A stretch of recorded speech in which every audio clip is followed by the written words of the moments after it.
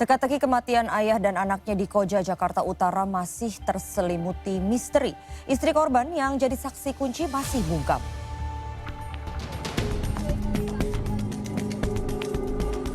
Garis polisi telah terpasang di rumah Hamka Rusdi. Jalan Balai Rakyat 5, RT 06, RW 03, kawasan Tugu Selatan, Koja, Jakarta Utara. Akhir pekan lalu, warga geger temukan Hamka Rusdi hanya tinggal nama. Jenazah pria 50 tahun itu tergeletak di kamar mandi rumahnya. Tak jauh darinya, jasad anak keduanya juga tergeletak. Aroma busuk Senin sore masih menyeruak. Timnet mewawancarai salah satu warga penyewa lapak di rumah Hamka Rusdi selama setahun terakhir.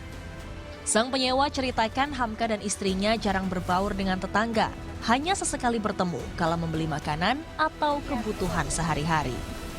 Ada aroma busuk, itu langsung mikir kok ini aneh atau mungkin paling cuma tikus mati atau apa gitu. Iya, pikiran saya sih emang kayak binatang hewan gitu. Saya nggak taunya lama-kelamaan di sini kok baunya makin menyengat. Saya tidak tahu kalau itu bangkai manusia. Saya pikirannya binatang saja. Hampir setiap hari secara bergantian korban Hamka atau sang istri menyambangi lapak dagangan Fitra untuk membeli sarapan. Kejanggalan mulai dirasakannya saat berhari-hari keluarga ini tak mendatangi warungnya. Pernah dengar ada mungkin suara orang berantem atau cekcok atau apa keributan gitu? Kalau setahu saya sih saya tidak pernah mendengar keributan atau tangisan anaknya juga. Sunyi-sunyi aja rumahnya. Makanya saya pikir kali sekeluarga pergi.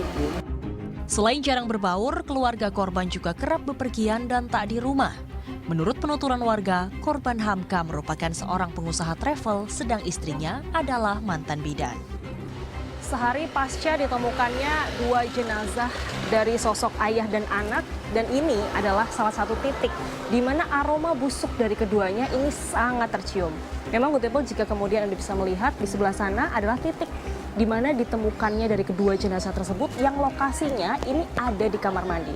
Maka tak heran memang jika di bawahnya, selokan yang ada di bawahnya ini mengeluarkan aroma yang sangat tajam. Dan dari pihak kepolisian pun tidak hanya menyemprotkan desinfektan di sekitar area rumah saja, namun hingga ke saluran-saluran air yang ada di sekitarnya.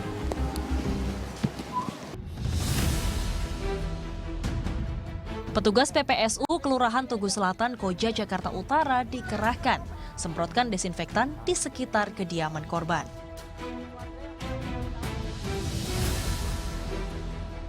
Dengan adanya mayat yang mungkin sudah lebih dari 3-4 hari itu dikhawatirkan ada ya steril Pak, intinya masih steril dari kuman-kuman gitu ya.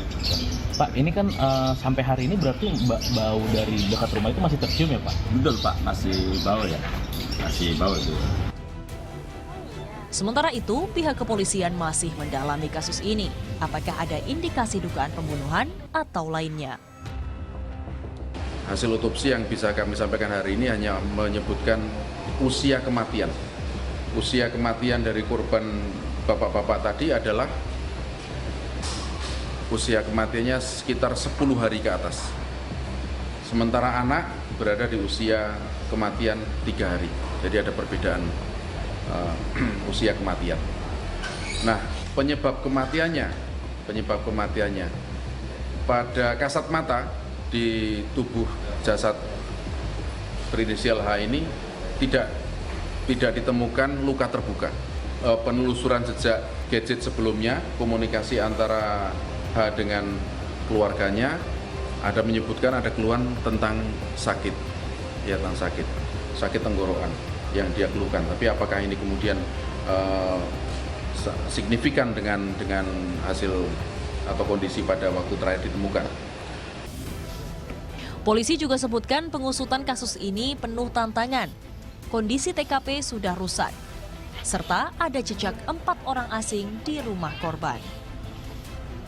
Ya, karena kondisi pintu yang tertutup, kemudian tidak ada jejak secara saintifik. Tetapi ini harus kita pastikan lagi karena memang satu-satunya saksi yang sangat kita harapkan mumpuni adalah istrinya.